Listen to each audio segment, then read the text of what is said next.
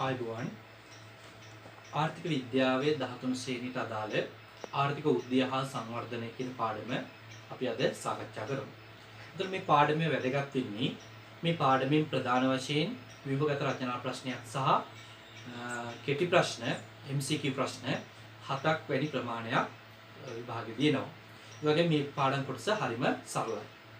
එතකොට මේ ආර්ථික වර්ධනය හා සංවර්ධනය කියන මාතෘකාව අපි කොටස් දෙකක් යටතේ සාකච්ඡා කරමු. එකක් ආර්ථික වෘද්ධිය නැත්නම් ආර්ථික වර්ධනය, අනිත් එක ආර්ථික සංවර්ධනය. එතකොට ආර්ථික වර්ධනය කියලා අපි කියන්නේ මොකක්ද? අපි මේක පළවෙනි පාඩමේ නිෂ්පාදන හැකියාමායි වක්‍ර විග්‍රහයේදී යම් ප්‍රමාණයකින් අපි කතා කළා. අපි දන්නවා රටක දල දේශීය නිෂ්පාදනයේ අඛණ්ඩව වැඩි වෙනවා නම් කාලය සමග අඛණ්ඩව වැඩි වෙනවා නම් අපි ඒක හඳුන්වනවා ආර්ථික වර්ධනයක් කියලා. එතකොට අපි ආර්ථික වර්ධනය කියන්නේ මොකක්ද කියලා අහුවොත් රටක මූර්ත දල දේශීය නිෂ්පාදිතයේ අඛණ්ඩව සිදුවන වැඩිවීමක් අපිට කියන්න පුළුවන් ආර්ථික වර්ධනයක් කියලා. අපි න්‍යායාත්මක ප්‍රවේශයක් ඔස්සේ නිර්වචනය කරනවා නම් ආර්ථික වෘද්ධිය කියලා කියන්නේ ආර්ථිකයේ භාණ්ඩ හා සේවා නිෂ්පාදන ධාරිතාවයේ හෙවත් විභව නිමැවුම ප්‍රසාරණය වීමයි. මෙතන අවධාරණය කළ යුතු කරුණ විභව නිමැවුම ප්‍රසාරණය වීමයි. ආර්ථික වෘද්ධියේදී ආර්ථිකයේ මූර්ත නිමැවුම දිගු කාලයක් තිස්සේ ප්‍රසාරණය වීමක්, පුතුල වීමක්, වැඩි වීමක් අපේක්ෂා කරන්න පුළුවන්. එතකොට ආර්ථික වෘද්ධිය නිසා නිෂ්පාදනයේ භාණ්ඩ හා සේවා නිෂ්පාදනයේ ආර්ථිකයේ සතු ධාරිතාව ප්‍රසාරණය වීමක් සිද්ධ වෙනවා. අපිට මේ ආර්ථික වෘද්ධිය ආකාර දෙකකට පෙන්වුම් කරන්න පුළුවන්. ප්‍රස්තාවිකව ආකාර දෙකකට පෙන්වුම් කරන්න පුළුවන්. පළවෙනි ප්‍රස්තාව පොඩ්ඩක් බලන්න. නිෂ්පාදන හැකියා මායිම් වක්‍ර ආශ්‍රයෙන් දැක්වීම. අපි දන්නවා අපි නිෂ්පාදන හැකියා මායිම් වක්‍රයක් අඳින්නේ තියෙන නිමැවුම්, තියෙන නිෂ්පාදන සාධක උපරිම අයුරින් භාවිත කළොත්, ඒ කියන්නේ පූර්ණ නිෂ්පාදනයක් සහ පූර්ණ සේවා නියුක්තියක් ඇතිවන ආකාරයට භාවිත කළොත් නිපදවිය හැකි විභව නිමැවුම. එතකොට කාලය සමග විභව නිමැවුමේ වැඩිවීම ආර්ථික වර්ධනය නම් අපි පළවෙනි නිෂ්පාදන හැකියා මායිම් වක්‍රය පෙන්නනවා PPC 2010 ඒක දකුණට විතැන්වුණා පස්සේ PPC 2020 පිළිබිඹු වෙනවා. ඒ තුලින් ආර්ථික වර්ධනය නිරූපණය කරන්න පුළුවන්. තව එකක් අවධාරණය කරනවා මම මේ අක්ෂ නම් කිරීමේදී හොඳම විදිය තමයි පුතේ ප්‍රාග්ධන භාණ්ඩයි පාරිභෝගික භාණ්ඩයි කියන එක අක්ෂ වලට දාන්න. ඒ වගේම ආර්ථික වර්ධනයේදී කිසියම් කාල පරාසයක් තුල විභව නිමවුම වැඩි වෙන නිසා වාර්ෂය සඳහන් කිරීමත් ගොඩක් වැදගත්. අපි ඊළඟ දෙවන විදියට විග්‍රහ කරන්නේ සමාහාර සැපයුම් වක්‍ර ආශ්‍රය. අපි දන්නවා සමාහාර සැපයුම් වක්‍රයක් අඳිනකොට මේ පැත්තට මූර්ත නිෂ්පාදනය, මේ පැත්තට මිල මට්ටම. එතකොට මෙන්න පළවෙනි වක්‍රය මම ඇඳලා තියෙනවා. මේ පේනවා AS කියලා. එතකොට කාලයත් එක්ක නිෂ්පාදනය වැඩි වෙන විට සමාහාර සැපයුම AS දෙක දක්වා දකුණට විතන් වෙනවා. අපි මිල මට්ටම මේ වගේ P බා කියලා ගත්තොත් ඉස්සෙල්ලා P බා මිල මට්ටමේදී නිමෙවුම y ප්‍රමාණයක්. මූර්ත නිෂ්පාදනය y ප්‍රමාණයක්. දැන් එම නිමෙවුම මට්ටමේදීම y එකක් දක්වා මූර්ත නිෂ්පාදනය වැඩි වෙලා තියෙනවා. ඒ තුලින් අපිට ආර්ථික වර්ධනය පෙන්눔 කරන්න පුළුවන්. අපි දැන් බලමු ආර්ථික වෘද්ධි අනුපාතිකය ආර්ථික වෘද්ධිය ගණනය කරන්නේ කොහොමද කියලා. ඔයාලට ලබා දීපු මේ සමග ලබා දීලා තියෙන නිබන්ධනයේ අවශ්‍ය කරුණු සටහන් කරගත යුතුයි. මේ සමග ඔයාලට හුස්ම තරම ඩිකෝන් කියන පේජ් එකට දාලා ඇති මෙම කොටසේ නිබන්ධනය. ඒ නිබන්ධනයේ ස්ටැන් මේ සාකච්ඡාව ඇතුළත සම්පූර්ණ කරගන්න ඕන. ඒකේ හතරවෙනි ප්‍රශ්න විදිහට මම දාලා ඇති ආර්ථික වෘද්ධිය මනිනු ලබන්නේ කුමන මිනුම් දණ්ඩ මගින්ද? එහෙනම් අපි බලමු පුතේ ආර්ථික වෘද්ධිය මනින්නේ මොන මිනුම් දණ්ඩෙද කියලා. ආර්ථික වෘද්ධිය මනින්නේ අපි ආර්ථික වෘද්ධි අනුපාතිකය පාවිච්චි කරලා. එතකොට ආර්ථික වෘද්ධි අනුපාතිකය කියලා කියන්නේ කිසියම් කාල පරිච්ඡේද දෙකක මූර්ත දේශීය නිෂ්පාදනයේ හෝ මූර්ත ජාතික නිෂ්පාදනයේ සිදු වෙනස ප්‍රතිශතාත්මකව දක්වනවා නම් අපි ඒකට කියනවා ආර්ථික වෘද්ධි අනුපාතිකය කියලා. මම ආයි කියන්නම් කිසියම් කාල පරිච්ඡේද දෙකක මූර්ත දේශීය නිෂ්පාදනය හෝ මූර්ත ජාතික නිෂ්පාදනයේ සිදුවන වෙනස ප්‍රතිශතාත්මකව දක්වනවා නම් අපි ඒකට කියනවා ආර්ථික වෘද්ධි අනුපාතිකය කියලා. අපිට බලමු ආර්ථික වෘද්ධි අනුපාතිකය අපි ගණනය කරන්නේ සමීකරණයකට කියනවා නම් අදාළ වර්ෂයේ, කියන්නේ සලකා බලන වර්ෂයේ මූර්ත දල දේශීය නිෂ්පාදනය හෝ දල ජාතික නිෂ්පාදනයෙන් අඩු කරනවා පෙර වර්ෂයේ දල දේශීය නිෂ්පාදිතය හෝ දල ජාතික නිෂ්පාදනය. මේක ඕන සුද්ධ දේශීය නිෂ්පාදනය ගත්තත් කමක් නැහැ. හැබැයි මෙතන ගන්න එකේම ඊළඟ පෙර වර්ෂයේ මෙතන අගේ විය යුතුයි. ඒක බෙදනවා පෙර වර්ෂයේ දල දේශීය නිෂ්පාදිතය හෝ දල ජාතික නිෂ්පාදිතය ඕන සුද්ධ දේශීය නිෂ්පාදිතය ගන්න පුළුවන්. එහෙනම් කොහොමද අපි ආර්ථික වෘද්ධි අනුපාතිකය ගණනය කරන්නේ? අදාළ වර්ෂයේ මූර්ත දල දේශීය නිෂ්පාදිතයෙන් අඩු කරනවා පෙර වර්ෂයේ දල දේශීය නිෂ්පාදිතය. බෙදනවා පෙර වර්ෂයේ දල දේශීය නිෂ්පාදිතයෙන් ප්‍රතිශතයක් නිසා අපි 100න් වැඩි කරනවා. අපි බලමු කල්පිත උදාහරණයක්. බලන්න 2018 වර්ෂයේ දල දේශීය නිෂ්පාදිතය රුපියල් බිලියන 200යි. 2019 වර්ෂයේ දල දේශීය නිෂ්පාදිතය රුපියල් බිලියන 240ක් නම් 2019 ආර්ථික වෘද්ධි අනුපාතිකය කීයද? එහෙනම් අපිට හොයන්න පුළුවන් ආර්ථික වෘද්ධි අනුපාතිකය සමානයි අදාළ වර්ෂය. එහෙනම් අදාළ වර්ෂය තමයි පුතේ 2019. දල දේශීය නිෂ්පාදිතය 240යි. අඩු කරනවා පෙර වර්ෂය කියන්නේ 2018 දල දේශීය නිෂ්පාදිතය රුපියල් බිලියන 200යි. ඒ නගය බෙදනවා පෙර වර්ෂයේ දල දේශීය නිෂ්පාදිතයෙන්. ඒ කියන්නේ 200න් බෙදලා අපි 100න් වැඩි කරනවා. 240න් 240යි 40 බෙදීම 200 වැඩි කිරීම 100%.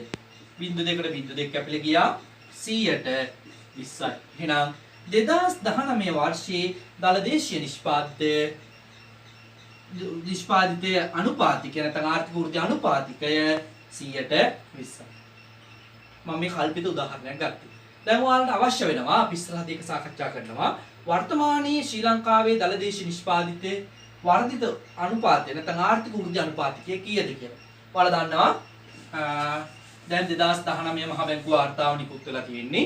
ඒකට අනුව 2019 වර්ෂයේ ශ්‍රී ලංකාවේ දල දේශීය නිෂ්පාදිතය වර්ධනය වෙලා තියෙන්නේ ආර්ථික වෘද්ධි අනුපාතිකය වෙලා තියෙන්නේ 2.3%. ඒක අවධාරණීය යුතුව මතක් කරගන්න. අපි දැන් බලමු ආර්ථික වෘද්ධිය හට ගැනීමට අවශ්‍ය පූර්ව කොන්දේසි මොනවද කියලා. කියන්නේ පවත්නා ක්‍රියාකාරකම් ප්‍රසාරණය වෙලා නව ක්‍රියාකාරකම් බිහිවීමත් සාධක ඵලදායීතාව ඉහළ යාමත් හේතුවෙන් අපි කිව්වා ආර්ථික වෘද්ධියක් මූලික වශයෙන් ඇති වෙනවා. ආර්ථික වෘද්ධියක් ඇති වෙන්න නම් රට තුල ඊට අවශ්‍ය සානුබල පද්ධතියක් හිතකර ආර්ථික දේශපාලන සමාජීය පරිසරයක් තියෙන්න ඕන. ඒ අනුව ආර්ථික වෘද්ධියකට හිතකර සානුබල පද්ධතියක් පැවතෙන්න නම් ප්‍රධාන කොන්දේසි පූර්ව කොන්දේසි තුනක් ඉෂ්ට වෙන්න ඕන. එක තමයි වෙළඳ පොළවල් පැවතීම. මේ විභාගයට එන්න පුළුවන් ගොඩක්. එක වෙළඳ පොළවල් පැවතීම. ඒ කියන්නේ කාර්යක්ෂම හුවමාරුව ඉතා කාර්යක්ෂමව ලෙස සිදු කළ හැකි වෙළඳපොළ ව්‍යුහයක් පවතින්න ඕන. දෙක දේපල අයිතිවාසිකම් සුරක්ෂිත කිරීම. දේපල අයිතිවාසිකම් සුරක්ෂිත කිරීම. දේපල අයිතිවාසිකම් සුරක්ෂිත කිරීමත් ආර්ථික වෘද්ධියට අත්‍යවශ්‍ය සාධකයක් වෙනවා. අනිත් එක මුදල් හුවමාරුව. ආර්ථික වෘද්ධිය කාර්යක්ෂම වෙන්න නම් ඉටු විය යුතු පූර්ව කොන්දේසි තුනක් තියෙනවා. අපි කියමු එක වෙළඳපොළක් පැවතීම, කාර්යක්ෂම වෙළඳපොළක් පැවතීම, වෙළඳපොළ අයිතිවාසිකම් තහවුරු කර තිබීම, මුදල් හුවමාරුව. මෙන්න මේ සාධක තුන වෙළඳපොළක ආර්ථිකයක ආර්ථික වෘද්ධියක් ඇතිවීමලා බලපාන පූර්ව කොන්දේසි 3 විදියට අපිට සලකන්න පුළුවන්. මම නැවතත් කියන්නම්. ආර්ථික වෘද්ධියක් ඇතිවීමලා බලපාන ප්‍රධාන පූර්ව කොන්දේසි 3යි. කාර්යක්ෂම වෙළඳපොළක් පැවතීම, දේපළ අයිතිවාසිකම් ආරක්ෂා කර තිබීම, මුදල් හුවමාරුව පැවතීම. ඒ වගේම අපි දැන් බලමු ආර්ථික වෘද්ධිය තීරණය කරන සාධක මොනවද කියලා. ආර්ථික වෘද්ධිය තීරණය කරන ප්‍රධාන සාධකය තමයි සම්පත් හිමිකම. ආර්ථික වෘද්ධිය තීරණය කරන ප්‍රධාන සාධකය සම්පත් හිමිකම. මේ සම්පත් හිමිකම නැත්නම් සම්පත් සම්භාරය ගත්තොත් එහෙම මේ සම්පත් සම්භාරය කියන්නේ ගොන්නට අපිට අයිති වෙනවා භෞතික ප්‍රාග්ධනය. දෙවනි මොනවද භෞතික ප්‍රාග්ධනය කියන්නේ? කර්මාන්ත ශාලා වෙන්න පුළුවන්, යන්ත්‍රෝපකරණ වෙන්න පුළුවන්, යන්ත්‍ර සූත්‍ර වෙන්න පුළුවන්, මහා මාර්ග වෙන්න පුළුවන්. මෙන්න මේවා සියල්ල අපි කියනවා භෞතික ප්‍රාග්ධනය කියලා. ඊළඟට ආර්ථික වෘද්ධියක් ඇතිවීමට බලපානවා මානව ප්‍රාග්ධනය. මිනිසා විසින් වැඩි දියුණු කර ගන්නා ලද කායික හා මානසික වෙහෙස මහන්සි අපි කියනවා මානව ප්‍රාග්ධනය කියලා. ඊළඟට මේ සම්පත් සම්භාරය කියන එකට අයිති වෙනවා අනිත් එක ස්වාභාවික ප්‍රාග්ධනය. ස්වභාව ධර්මයා විසින් ලබා දීලා තියෙන නිෂ්පාදන ක්‍රියාවලට උදවා ගන්නා දේවල් සම්පත් සම්භාරය කියන එක දෙයට අයත් වෙනවා. අනිත් එක තමයි සමාජ ප්‍රාග්ධනය. මිනිසා විසින් ගොඩනගාගෙන තියෙන සමිති සංවිධාන එකමුතු වීම, ඒකාබද්ධ වීම මේ සියල්ල සමාජ ප්‍රාග්ධනයට අයත් වෙනවා. එහෙනම් පුතේ ආර්ථික වර්ධනය තීරණය කරන පළවෙනි සාධකයේ විදිහට අපිට හඳුන්වන්න පුළුවන් සම්පත් සම්භාරය. එහෙනම් සම්පත් සම්භාරය ඇතුලේ භෞතික ප්‍රාග්ධනය, මානව ප්‍රාග්ධනය, ස්වාභාවික ප්‍රාග්ධනය, සමාජ ප්‍රාග්ධනය ඇතුළත් වෙනවා. හරි. අපි බලමු ඔයාලා ලබා දීලා තියෙන නිබන්ධනයේ 8 වෙනි ප්‍රශ්නේ අපි සාකච්ඡා කරමු. ආර්ථික වෘද්ධියේ වැදගත්කම පැහැදිලි කරන්න. අපි දැන් මේ දක්වා කතා කරා ආර්ථික වෘද්ධිය කියන්නේ මොකක්ද කියලා. ඇයි අපි මේ ආර්ථික වෘද්ධිය මෙච්චර වැදගත් විදියට සලකන්නේ? පළවෙනි එක තමයි පුතේ ආර්ථික වෘද්ධියක් ඇතිවීම මිනිසුන්ගේ ජීවන තත්ත්වය ඉහළ යන්න බලපාන. නිකන් හිතන්න ඔයාලා ගෙදර ආදායම. ගෙදර ආදායම ඉහළ යනවා කියන්නේ ඔයාලා ගෙදර ජීවන තත්ත්වය ඉහළ යනවා. අන්න ඒ වගේ තමයි රටක ආර්ථික වෘද්ධියක් ඇති වුණාන් පස්සේ රට ජනතාවගේ ජීවන තත්ත්වය, ඔවුන්ගේ පෝෂණ මට්ටම වෙන්න පුළුවන්, නිවාසවල තත්ත්වය වෙන්න පුළුවන්, ජලය ලබා ගන්න ආකාරය වෙන්න පුළුවන්. මේ සියල්ලගෙම දියුණුවක් ඇති වෙනවා. අපිට දෙවෙනි එක කියන්න පුළුවන් සමස්ත නිමෝම ඉහළ නැංවීමට ඒකරාශී බලපෑමක් ඇතිවීම. පාර්ශ්ව ගණනාවකගේ බලපෑම ඇතිවීම දක්වන්න පුළුවන්. අනිත් එක තමයි ඒක පුද්ගල ආදායම ඉහළ යෑම. ඔන්නතර අලුත් සංකල්පයකට මම යනවා ඒක පුද්ගල ආදායම කියන එක. ඒක පුද්ගල ආදායම කියලා කියන්නේ රටක සමස්ත ආදායම. නැත්නම් අපි කිව්වොත් එහෙම රටේ සමස්ත ආදායම. ඒක දල දේශීය නිෂ්පාදනය කියලා ගත්තොත් ඒක බෙදනවා මැදි වයස් නැත්නම් මධ්‍ය වාර්ෂික ජනගහනය. මධ්‍ය වාර්ෂික ජනගහනය. මෙහිම බෙදුවන් පස්සේ කිසියම් රටක අපි තුමු ලංකාවේ නම් එක පුද්ගලයෙකු ලබන ආදායම තමයි ඒක පුද්ගල ආදායම කියලා කියන්නේ. එතකොට රටක් තුල ආර්ථිකය වර්ධනය වෙනවා නම් අනිවාර්යයෙන්ම ඒක පුද්ගල ආදායම වැඩිවීමක් සිද්ධ වෙනවා.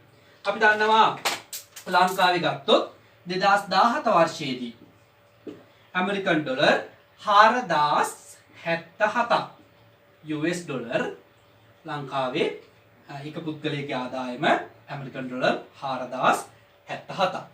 2018 දී 4079ක්.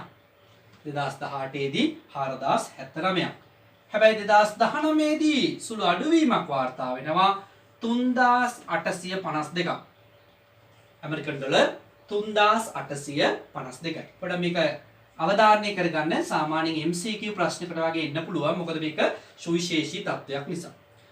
එහෙනම් අපි තුන්වෙනි කරුණ විදිහට කතා කරේ ආර්ථික වෘද්ධිය නිසා ඒක පුද්ගල ආදායම ඉහළ යාමකට හේතු වෙනවා කියලා. අනිත් එක තමයි නිෂ්පාදන කාර්යක්ෂමතාවය ඉහළ යෑම. මම ඒවා ගොඩක් දුරට පැහැදිලි කරන්න යන්නේ නැහැ. අනිත් කරුණ ආදායම් ප්‍රතිව්‍යාප්තකරණය. කියන්නේ ආදායම් ජනතාව අතර බෙදී යෑම පහසු වීම. ඊට පස්සේ ජීවන රටාව මිනිසුන්ගේ වෙනස් වෙනවා. ඒ වගේම රැකියා අවස්ථා පුළුල් වෙනවා.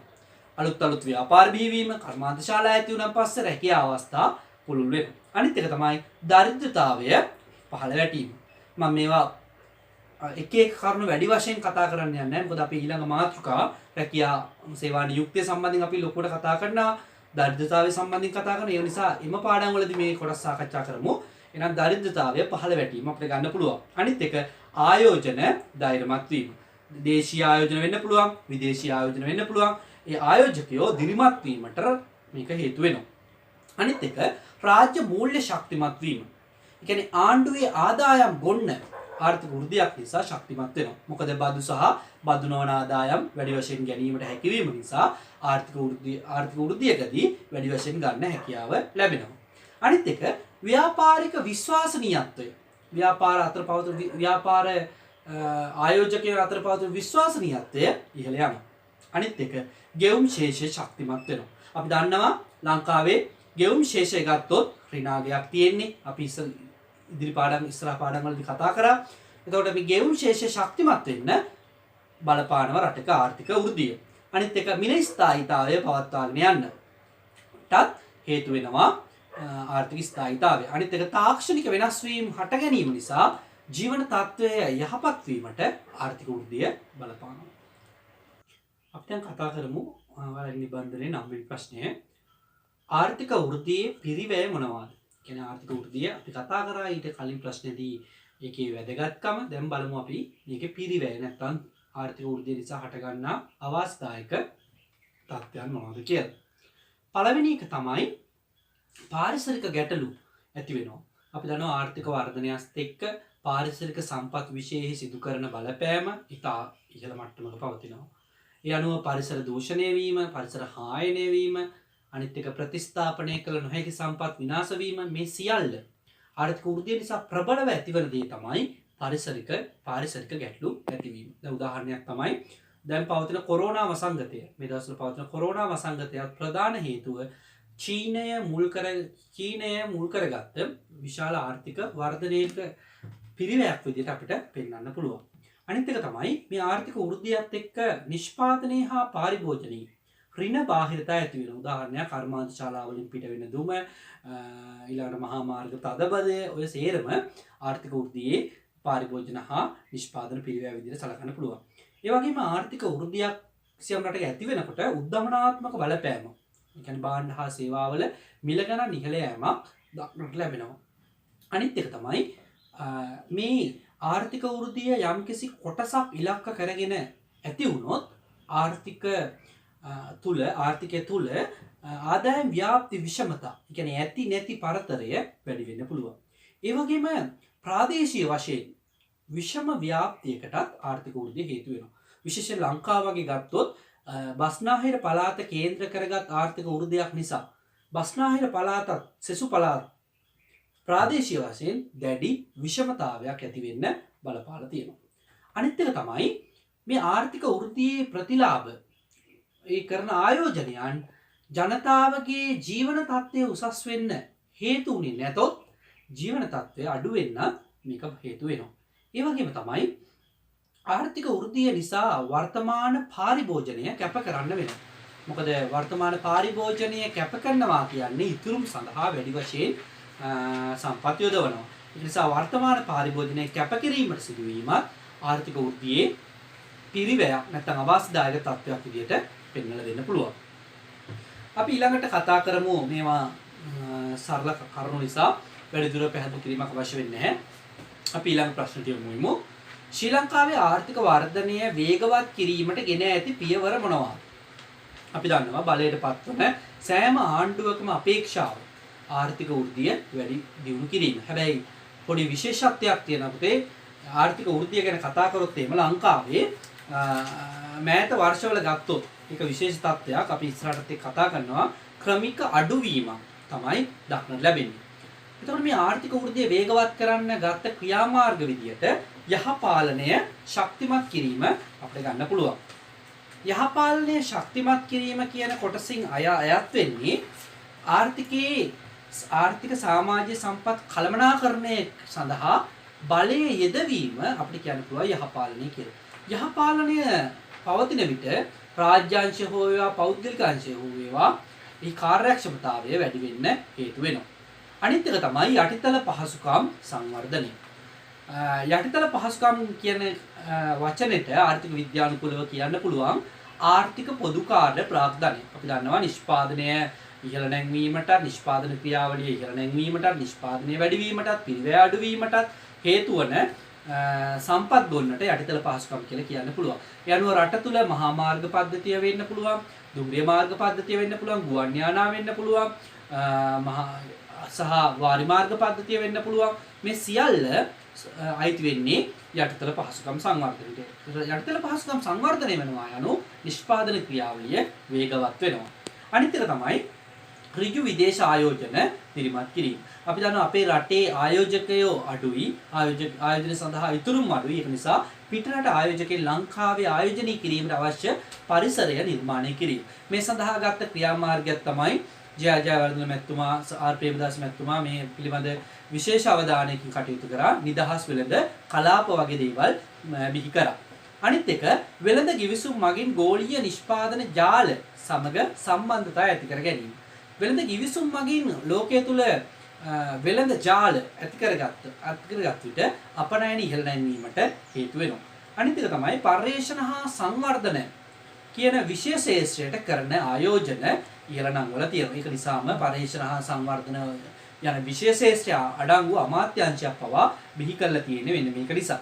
අනිත් එක තමයි රාජ්‍ය පෞද්ගලික හවුල්කාරීත්වය. ගොඩක් ව්‍යාපාරවල රාජ්‍ය ව්‍යාපාරවල දක්නට ලැබෙන ලක්ෂණය තමයි ඒක පාඩු පිට අකාර්යක්ෂමයි. ඒක නිසා ගොඩක් වෙලාවට දැන් ආණ්ඩුව සහ පෞද්ගලික අංශය හවුල් විකාරී ව්‍යාපාර ආරම්භ කරලා තියෙනවා. අනිත් එක තමයි නම්‍යශීලී ශ්‍රම වෙළඳපොළක් බිහි කිරීම. අපි දන්නවා ශ්‍රමිකයන් කටයුතු කිරීමේදී ආයෝජකයන්ට ගැටලු සහගත වෙනවා නම් ඒක නම්‍ය ශ්‍රම වෙළඳපොළක් නෙවෙයි. දැන් උදාහරණයක් ගත්තොත් එහෙම පැය 8 සේවා මුර. මෙවැනි තදබල නීති තියෙනවා නම් සේවකයාට යහපත් වුණත් සේවා ආයෝජකයාට එච්චර යහපත් වෙන්නේ නැහැ. ඒක නිසා නම්‍යශීලී විදියට ශ්‍රම වෙළඳපොළ ඇති කරන්න කටයුතු කරලා තියෙනවා. අනිත් එක තමයි අපනයන විවිධාංගීකරණය. අපි දන්නවා ශ්‍රී ලංකාව තේපොල් රබර් ඇඟලුම් කියන සාම්ප්‍රදායික අපනයන ව්‍යුහයෙන් මිදිලා එම අපනයන විවිධාංගීකරණය හරහා රට තුළ ආර්ථික වර්ධනයක් අත්පත් කරගන්න හැකි වෙලා තියෙනවා. අනිත් එක තමයි වෘත්තීය සමිති සමග මනා සම්බන්ධතාවයක් ඇති කර ගැනීම. රට තුළ තියෙන විශාල ප්‍රශ්නයක් තමයි මේ වෘත්තීය සමිති අරගල. වෘත්තීය සමිති අරගලවල ප්‍රතිඵලය තමයි නිෂ්පාදනයේ ඇනහිටීම ආදී කටයුතු ඇතිවීම. මේවා ඍජුවම ආර්ථික වර්ධනයට බලපාන නිසා ආණ්ඩුව මේ වෘත්තීය සමිති සමග මනා සම්බන්ධතාවයක් ගොඩනගා ගැනීමට කටයුතු කළා තියෙනවා. අපි ඊළඟ සාධකයේ බලමු. ලංකාවේ කාර්මික අංශයේ එකතු කලාගය අඩු මට්ටමක පැවතීම. අපි දන්න එකතු කලාගය කියලා කියන්නේ පිටතින් ලබාගත් යෙදවුම් වල අගය අඩු කරන් පස්සේ එකතු කලාගය කියලා කියනවා. ලංකාවේ ඇඟලුම් ගත්තොත් එහෙම ඇඟලුම් නිමි ඇඟලුම් ගත්තොත් රෙදි පිට රටින්, නූල් පිට රටින්, බොත්තම් පිට රටින් ලංකාව තුළ එකතු කලාගය ගොඩක් අඩු වගේක් තියෙනවා. ඒකත් ආර්ථික වෘද්ධියට අහිතකර විදියට බලපානවා. අනිත් එක රට තුළ උද්දමනය නැත්නම් මිල මට්ටම නිරන්තරයෙන් උච්චාවචනයට ලක්වීම. ඒකත් ආර්ථික වෘද්ධියට අහිතකර විදියට බලපානවා. අනිත් එක තමයි ව්‍යවසායකත්ව හිගකම. රට තුළ දේශීය ව්‍යවසායකයෝ හෝ විදේශීය ව්‍යවසායකයන් හිගවීම රටකට ආර්ථික වෘද්ධියට අහිතකර විදියට බලපානවා. අනිත් එක අපි වගේ රටවල් දියුණු වෙන්න හදනකොට බලවත් රටවල් විසින් අනුගමනය කරන ආරක්ෂණවාදී ක්‍රියාමාර්ග. ඒක හරි වැදගත් ඒ වචනේ ආරක්ෂණවාදී ක්‍රියාමාර්ග. ආරක්ෂණවාදය. අපි කතා කරා මේක විදේශ වෙළඳාමේදී. මෙතෙන්දී තීරුබදු වෙන්න පුළුවන්, තීරුබදු නොවන ක්‍රම පාවිච්චි කළා රටවල් වලට බලපෑම් කරනවා නම් අපි ඒක ආරක්ෂණවාදය කියලා කියනවා. එතකොට ආරක්ෂණවාදී ක්‍රියාමාර්ග කිසියම් රටක් අනුගමනය කරනවා යනු ඒක තවත් රටක ආර්ථික වෘද්ධියට අහිතකර විදියට බලපානවා. හරි. අපි යන් ඊළඟ කොටසට ශ්‍රී ලංකාවේ ආර්ථික වර්ධනයේ මෑත කාලීන ප්‍රවණතා මොනවාද? ගොඩක් දුරට මේ වගේ ප්‍රශ්නයක් එන්න පුළුවන්. මෑත කාලීන ප්‍රවණතා මොනවාද? එතකොට මේ වගේ ප්‍රශ්නකට උත්තරේ ලියනකොට අනිවාර්යෙන් සංඛ්‍යා දත්ත පිළිබඳ ඔබගේ දැනීම මේකෙදී අවශ්‍ය වෙනවා. සංඛ්‍යා දත්ත පිළිබඳ ඔබගේ දැනීම අවශ්‍ය වෙනවා. ඒ අනුව ශ්‍රී ලංකාවේ මෑත කාලීනව තියෙන ප්‍රධාන ලක්ෂණය තමයි ආර්ථික වර්ධනය ක්‍රමිකව අඩුවීම. එතකොට අපිට ඒක ඔප්පු කරන්න ඕන. නිකන් කියන්න බෑ. වර්ෂය ආර්ථික වෘද්ධි අනුපාතය 2014 2015 16 17 18 අලුත්ම තත්ත්වය 19. අපි කතා කරා 19 දී නම් 2.3යි ඊට පස්සේ මෙතන 3.3යි 3.6යි 4.5යි 105යි 105යි. ඒකට අපිට කියන්න පුළුවන් ආර්ථික වෘද්ධි අනුපාතිකය ක්‍රමයෙන් අඩුවීමේ ප්‍රවණතාවයක් ලැබෙනවා. ඒ වගේම අනිත් ලක්ෂණය තමයි මෑතම කාලය ගත්තොත් එහෙම ආර්ථික වර්ධන වේගය ඍණ අගයකට යෑමේ නැඹුරුවක් තියෙනවා. ඒකට හේතුව තමයි කොරෝනා වසංගතය නිසා ඇති වෙලා තියෙන තත්ත්වයන් අනුව ආර්ථික වර්ධනය සමහර විට මේ අවුරුද්දේ ඍණ අගයක් දක්වා අඩු වෙන්න පුළුවන්. ඒ වගේම ආර්ථික වර්ධනයට දායක වෙන අංශ ගත්තොත් අංශ තුනක් තියෙනවා. ළමයි දන්නවා ඒක. කෘෂි අංශය, කාර්මික අංශය, සේවා අංශය. මේකෙන් ඉහළම දායකත්වයක් සපයන අංශය තමයි සේවා අංශය. ඒකත් සුවිශේෂී ලක්ෂණයක් විදියට අපිට කතා කරන්න පුළුවන්. හරි. අපි බලමු ආර්ථික වෘද්ධිය කියන කොටසේ අවසාන ඒකකය. මේ ආර්ථික වෘද්ධිය කියන එක එතකොට රටවල් වලට අභියෝගයක්. නේද? මේ අභියෝගය ජයගත් රටවල් වල ලක්ෂණ මොනවද? ඒ කියන්නේ ආර්ථික වෘද්ධිය ඉහළ මට්ටමක තියෙන රටවල් වල ලක්ෂණ මොනවද කියලා අපිට සාකච්ඡා කරමු. මේ වගේ රටක තියෙන ප්‍රධාන ලක්ෂණයක් තමයි ගෝලීය ආර්ථිකයේ වාසි. ඒගොල්ලෝ අත්පත් කරගෙන තියෙනවා. අපි දන්නවා විදේශ වෙළඳාමේ වාසියක් වෙන්න පුළුවන්, ගෙවුම් ශේෂයේ වාසියක් වෙන්න පුළුවන්. මේ සියල්ල කිසියම් රටක් වර්ධනය වුණා කියන්නේ ඒ රට ඒව අත්පත් කරගන්න. ඒ වගේම තමන්ගේ ආර්ථිකය සාර්වාර්ථික ස්ථායීතාවය ඉතා ක්‍රමිකව ස්ථාවර මට්ටමක මේ රටවල් වලට පවත්වා ගන්න හැකියාවක් තියෙනවා. අනිත් එක තමයි ඉතුරුම් අනුපාතිකය ඉහළ මට්ටමක හා ආයෝජන අනුපාතිකය ඉහළ මට්ටමක තියෙනවා. ඒ වගේම මේ වගේ රටවල් වල ලක්ෂණය තමයි වෙළඳපොළ හරහා සම්පත් බෙදී යෑම තීරණය කරලා තියෙනවා. ඒක අපිට ප්‍රබලව දක්න ලැබෙන සාධකයක්. අනිත් එක තමයි කැපවුණු විශ්වාසනීයත්වයෙන් යුත් ආණ්ඩු දක්න ලැබෙනවා. ඒ කියන්නේ මේ ආණ්ඩු වල පෞල් වාදයක් හෝ වේවා, දූෂණ හෝ වේවා, වංචා හෝ වේවා, ඒ වගේ දේවල් දක්න ලැබෙන්නේ මහ ජනතාවගේ කරාම කැපවුණු ආණ්ඩු තමයි මේ වගේ රටවල් වල දක්න ලැබෙන්නේ. අපි එහෙනම් 11 වන පාඩමට අදාළව ආර්ථික වර්ධනය හා සංවර්ධනය කොටසේ ආර්ථික වෘද්ධියට අදාළ කොටස් මේ වන විට සාකච්ඡා කරා. එම සාකච්ඡාව ආශ්‍රිතව යම් ගැටලුවක් පැන නැගුණොත් එය මා වෙත දන්වන්න කියලා ඉතාමත් කරුණාවෙන් යුතුව ඉල්ලා සිටිනවා. ඒ අනුව මේ ඔබට ලබා දී තිබෙන මේ සමගම පේජ් එකට ලබා දීලා තිබෙන නිබන්ධනයේ මෙම කරුණු සාකච්ඡා කළ කරුණු වල සම්පින්ඩනයක් ඔයාලට බලා ගන්න පුළුවන්. එහෙනම් අපි ඊළඟ දිනේදී ආර්ථික සංවර්ධනයේ කොටසින් එකතු වෙමු. ඔබ සැමට ස්තුතියි. ආයුබෝවන්.